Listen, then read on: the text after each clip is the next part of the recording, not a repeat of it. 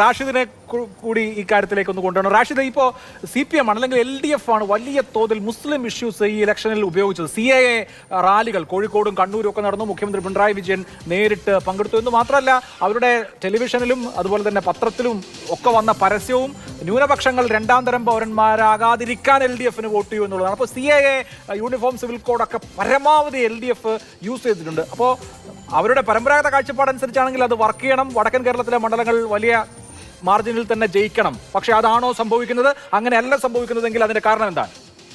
അഭിലാഷ്, ഈ പറഞ്ഞ ഒരു പോയിന്റിൽ CPMന് ഒരു പ്രതിസന്ധി ഉണ്ട്. അത് നമ്മളിപ്പോൾ ഏക സിവിൽ കോഡ് വരുന്നു എന്ന് പറഞ്ഞ് ഏക സിവിൽ കോഡ് ഈ തെരഞ്ഞെടുപ്പിന് മുമ്പ് വന്നില്ല, പക്ഷേ സമ്മേളനം നടത്തപ്പെട്ടിട്ടുണ്ട്. ആ തരത്തിൽ മുസ്ലിം ഇഷ്യൂസിലേക്ക് CPM കൂടുതൽ ഫോക്കസ് ചെയ്യുമ്പോൾ അവരെ സംബന്ധിച്ചിടത്തോളം മറുഭാഗത്ത് വോട്ടിൻ്റെ അത് പ്രയാസങ്ങൾ സൃഷ്ടിക്കുന്നുണ്ട്.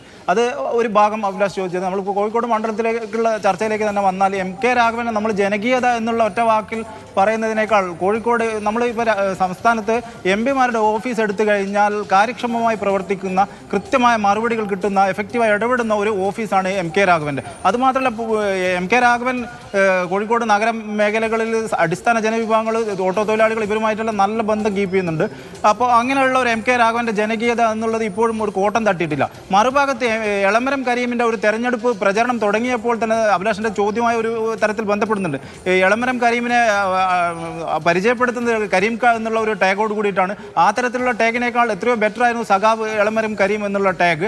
അപ്പോൾ ആ ഒരു രീതി. പിന്നെ എളമരം കരീമിനെ സംബന്ധിച്ച് അഡ്വാൻറ്റേജ് ആയിട്ടുള്ള ഒരു കാര്യമുണ്ട്. അദ്ദേഹം പാർലമെന്റിൽ രാജ്യസഭ MP എന്നുള്ള നിലക്ക് പ്രതീക്ഷിച്ചതിനേക്കാൾ വലിയ രീതിയിലുള്ള ഇടപെടലുകൾ നടത്തിയിട്ടുണ്ട്. തൊഴിലാളികളുമായി ബന്ധപ്പെട്ട വിഷയങ്ങളിൽ, ന്യൂനപക്ഷങ്ങളുമായിട്ടുള്ള ബന്ധപ്പെട്ട വിഷയങ്ങളിലൊക്കെ ഇടപെടലുകൾ നടത്തിയിട്ടുണ്ട്. അപ്പോഴും ആര് ജയിക്കും എന്നുള്ളതാണല്ലോ നമ്മുടെ ഫൈനൽ ചോദ്യം.